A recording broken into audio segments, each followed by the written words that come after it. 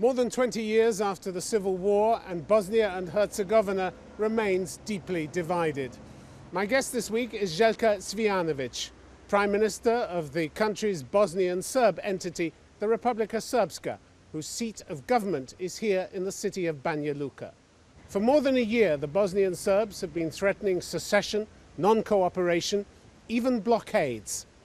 Why are they choosing to play with fire?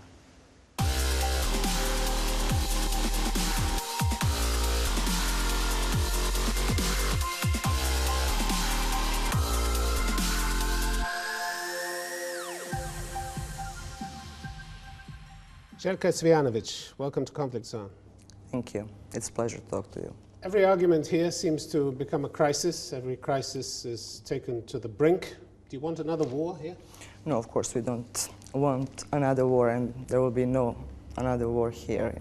We are not, as I said before, a conflict zone. There's a conflict of interest, conflict of. Why the threats to secede? Why the threats of non-cooperation? There are no threats, I mean, there is a quite a good level of cooperation, I would say, within Bosnia and Herzegovina, but it just depends how you view that, and what instruments you use to measure that level of cooperation. Okay, well, let me give you some examples. In May last year, your president, Milorad Dodik, he sent a report to the UN Secretary General. He said the Republika Srpska's strong support for the EU's new initiative. We're implementing an ambitious program of reforms, etc. Okay. By June, there was a row over an anniversary, and he said something completely different. The reform agenda does not exist for us. I am the president of Republika Srpska, and I represent it, and I give no consent for this, whatever some people may think. 180-degree turn. But it depends, actually, as I said, how you view these issues. Of course, that there is a reform. There is a reform agenda. It is defined. So why did he throw it out of the window? Here, no one actually did something like that. It exists definitely. But then actually, if we work together, all levels of authority in Bosnia and Herzegovina, trying to implement this reform agenda, there must be mutual respect within Bosnia and Herzegovina, and we have to understand each other, and we have to understand that we are working closely and that we should be working closely in implementing that. How do we respect, excuse me, now how do we respect somebody who says one thing 1 minute and something completely different the next? That's not change of attitude, I would say. No, the reform agenda does not exist for us. That's what he said. That's the quote. It depends. Actually, this is just one element. This is just one sentence taken out of the context, Okay, here's another sentence. And the context was actually that we are working very hard in Republika Srpska to fulfill our part concerning the reform agenda, and we appreciate very much cooperation with all other levels of authority in Bosnia and Herzegovina. And as you may know, there is a very good cooperation between the two entities, and I would say this is the first time in Bosnia that we see something like that. The two prime ministers are working closely. We're going to consider that. But there is a crisis. No, excuse me, but let me give you another example. Your president's letter to Ban KiMoon in May last year. He said Bosnia and Herzegovina's Dayton structure is indispensable to the stability and functional governance required for EU integration. Okay? By December the 1st, all that had changed. You threatened to withdraw from all state institutions in 120 days if you didn't get reforms that you were looking for. And your president went further. He said, if we move in that direction, we are definitively going into a blockade of Bosnia and Herzegovina, and from that blockade, a breakup of the country is not far away. So one moment, Dayton is indispensable, and then you're threatening to tear the whole thing up. It's not true.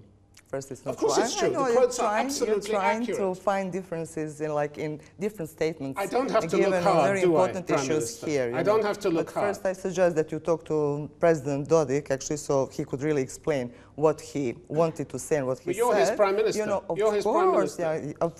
I am Prime Minister, of Republika Srpska. And of course that we are doing very hard, and we are trying to act diligently in fulfilling all our conditions. But as I said, there must be mutual understanding in this country of what we are trying to do. So how do we understand somebody who threatens a blockade? How do we understand? It's not threatening. He does. He said, if we move in that direction, we are definitively going into a blockade of Bosnia. Yeah, but what the issue was about, I mean, What was the issue that we are speaking now about? What was the issue? What was the reason why he stated that? What was the problem that appeared here in implementation of some of these important issues? So there must have been some reason for stating something like that, you know. Well, one moment you tell me there's a reason, and before that you said that everything's going swimmingly with the other entities. It's not, is it? You can't have it always. My understanding is that you're trying to portray us as a bunch or group of rebels in this country, you know. But I can tell you that this is like a very stable institutional setup. Speaking about Republika Srpska, what we present is actually the views of our institutions, because we are responsible to do that. And as those, like being in charge of many important issues in Republika Srpska, which is part of Bosnia and Herzegovina, we actually have any right to say what we think about things happening in Bosnia and Herzegovina. So that but you say one thing 1 minute and you say something completely different the next minute. Sorry, that's not true. It's your misinterpretation of all these events. I'm quoting exactly what you said. No, I've given you two examples. You're quoting, one segment, taking it out from the context, and if there is reform agenda, which is in place already, it means that all of us have to fulfill our tasks, and this is what we are doing. But Prime Minister, you keep saying to the international community, if we don't get what we want, there's a crisis. We'll secede. You do. Who said that? This is what you do. If we move in that direction, we are definitively going into a blockade of Bosnia. It's blackmail, isn't it? Give us what we want, or we'll tear the whole house down on you. I mean, there's no need to block. Give us what we want. There's no need to block this country, I mean, if there is no enough... But it was your president who said it. If there is no enough understanding of what's really happening... It was your president who said it. It's not enough understanding of what's really happening in Bosnia and Herzegovina and what problems and challenges it faces, then sorry, no one has to do anything to block anything, because it will be collapsing by itself. As long as they play by your rules. As long as they play by your rules, you'll be fine. No. You're fine. No, we are fine. Look at your track record. We are fine. Prime Minister, look at your track record. Look at your track record. We are fine. Last October, you had an agreement to discuss reform of the Constitutional Court within the structured dialogue, as it's called. We are part of the structured dialogue. And your Justice Minister, Anton Kasipovic, said October the 15th, progress had been made. He's hopeful a compromise could be reached. By December, though, we have your president again saying something completely different. Not only should the mandate of the court change, but all their previous decisions should be quashed. Let's understand the processes one more flip-flop. Let's understand the processes here. One more contradiction. Sorry, we are leaving the main subject here, We're not leaving the main subject. Speaking about... It's whether the international community can rely on you or not. And maybe we cannot rely on the international community here. Is that what you're saying? Maybe they are biased, maybe. I'm just raising this issue, and it's very legitimate to ask this, So maybe they are biased. Maybe I'm not accusing anyone, because there's no need to accuse anyone. I'm a citizen of this country. I know exactly what's happening in this country. I know exactly what the risks are that we are facing in this country. I know exactly what the approach of the international community has been towards this area in the past 20 years. There's no one, to give me lessons on that, because I understand. Yes, it's poured billions of euros into this region and deployed thousands of troops. If you're suggesting, if you're suggesting that Bosnia and Herzegovina is a failing project, if you're suggesting that, I didn't say that. Okay. I'm saying that you're really difficult to deal with because your government keeps changing its mind. No, it's not true. Hypothetically, then I would say if Bosnia and Herzegovina is a failing project, then I have to say that actually both sides are guilty and both sides are responsible. So there's shared responsibility for that. When I say both sides, I mean domestic elements plus the international community. Prime Minister, you've called a highly charged referendum about whether to go on accepting the role of the state-level courts. The referendum has been delayed, but the EU Commission said 2 months ago your move runs against the written commitment that you signed in February last year. And in July, the ambassadors of the EU came here to Banja Luka and they said, we are deeply concerned that the proposed referendum would represent an unconstitutional attempt not to reform, but to undermine and weaken those authorities. But these are the sentences that show them they've lost trust with you. I know that you're right. And these are accurate sentences. I know that you're right. This is what they said. Best-selling political thriller. But please, let's not cross the line into fiction. You are quoting... Did they say this or didn't they say this? I don't know what they said. So what? I mean, I'm saying So something else. words don't matter. You say saying, so no, what? no, Words don't matter? I mean, you're quoting, but why do you not quote something like, actually, you know, we said in this government? But nobody wants this. Nobody wants this referendum, and indeed Serbia has told you. Your friends in Serbia have told you they don't want this referendum either. Referendum They've told you very compatible. they don't support your referendum. A referendum is very compatible with what we are trying to achieve within the structured dialogue. It is very compatible because it has the same objectives, which the EU means says it that undermines and weakens those authorities and would pose a direct threat to the sovereignty and security of the country as a whole. These referenda do not represent any threat, any threat to, you know, sovereignty of this country, territorial integrity, you know, because whatever touches the lives of our citizens can be subject of referendum, you know. So it's very democratic, you know. There is no threat. You know, Republika Srpska is not Republika Srpska. Here's your biggest threat. Here's your biggest threat. Let's listen to the biggest threat that we've had from you. Just 2 months after your commitment to carry out reforms in preparation for EU membership, you actually threatened to secede from Bosnia-Herzegovina in 2018, April 25th last year. Your party adopted a resolution proposing a referendum. Was adopted by our political party. A referendum in 2018 on full independence, unless you get more autonomy. Full independence. Not more autonomy, sorry. Based on the referendum results, your president said the Serb Republic authorities will propose to the Federation a peaceful dissolution. Can I say something but you keep denying what's actually been said in public. You know, but let me Which is a mystery to me. I see that it's mystery, you know, but sorry, I don't have time to explain that. I'm not given this time, you know. So it's not about seeking more autonomy. It is about trying to preserve the level of autonomy that was given to Republika Srpska within Dayton Agreement. That's the only thing which really matters here. You know, we are not asking for something which we have never been given. We are not asking for something new. We just ask for all the values and the principles of the Dayton Agreement to be fully respected.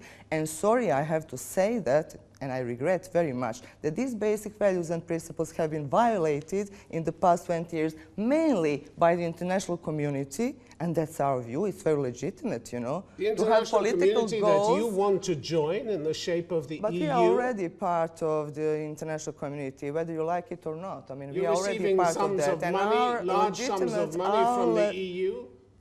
You think it comes with no price attached? You think you can then blackmail the EU? It's not blackmailing, you know. It's not an ATM machine for you, is it? It's not an ATM machine. What is then wrong? But sorry, what is then wrong? We speak now about efforts, political means, economic and financial means, resources that have been used in this country by the international community, using different methods of helping us, you know. And still, we can see that the project is failing in accordance with what many people think, you know.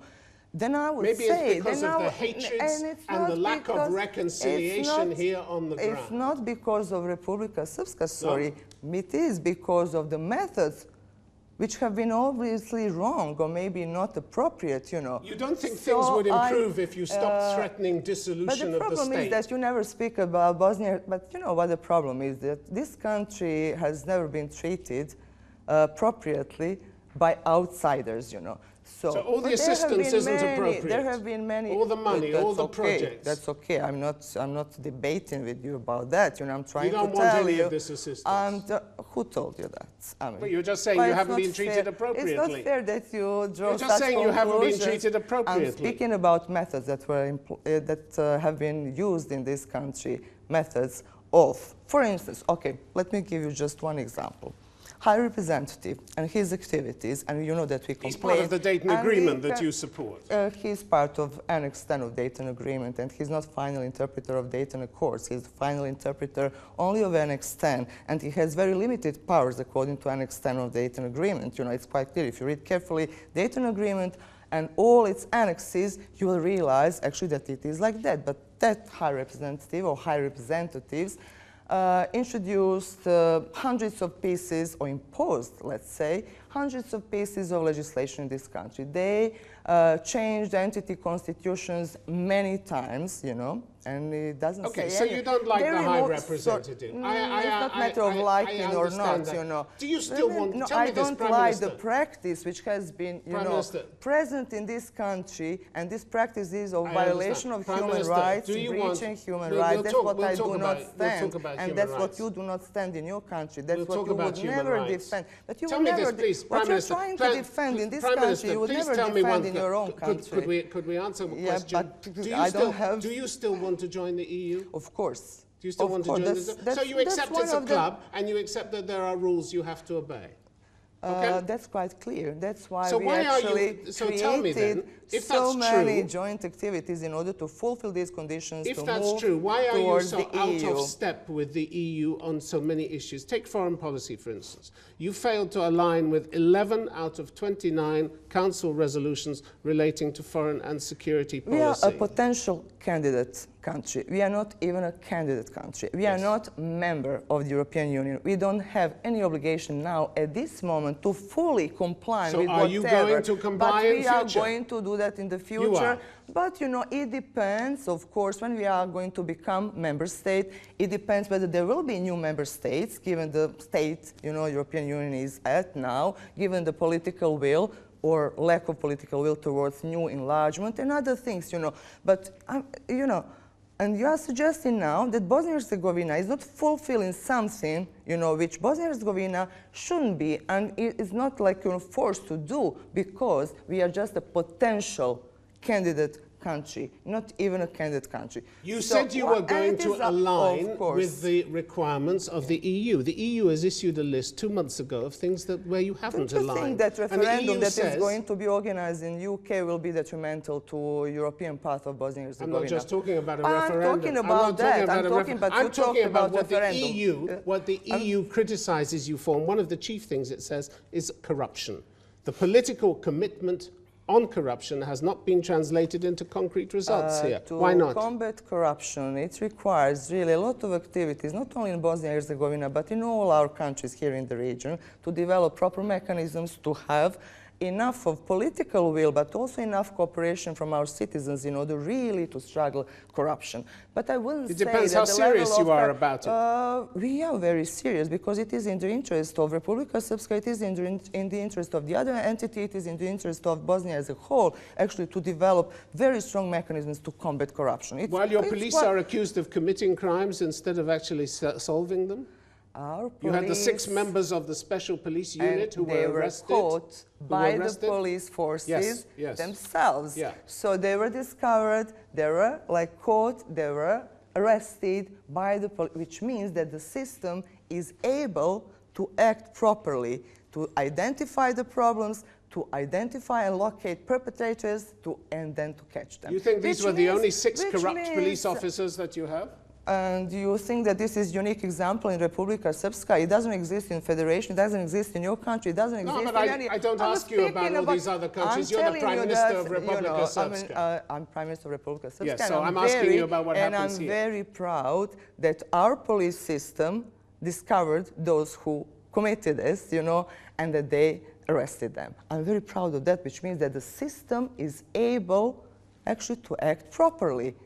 And there is no segment of society where you cannot find corrupt people, whether it is You've here had your own or whether allegations it of is corruption and what are these against you. allegations? And what are these allegations? About vote buying. You know very well. About the fact that 2 members of parliament who actually belong to the opposition bloc joined us, and our 2 members of parliament joined them. Sorry, then it's double corruption. So why was the media raided? Why was the media who published this alleged conversation, why were they raided? Why were they interrogated? Why were their computers confiscated and then broken? Others, you know, I'm not in charge of that. You know, I'm just Prime Minister. I do not conduct such processes, you know, and I do not have to know anything. And you had no idea that this was going on? You had no idea that they were under honest, investigation? I learned that from the media in the morning. I learned it from the media, to be honest, you know.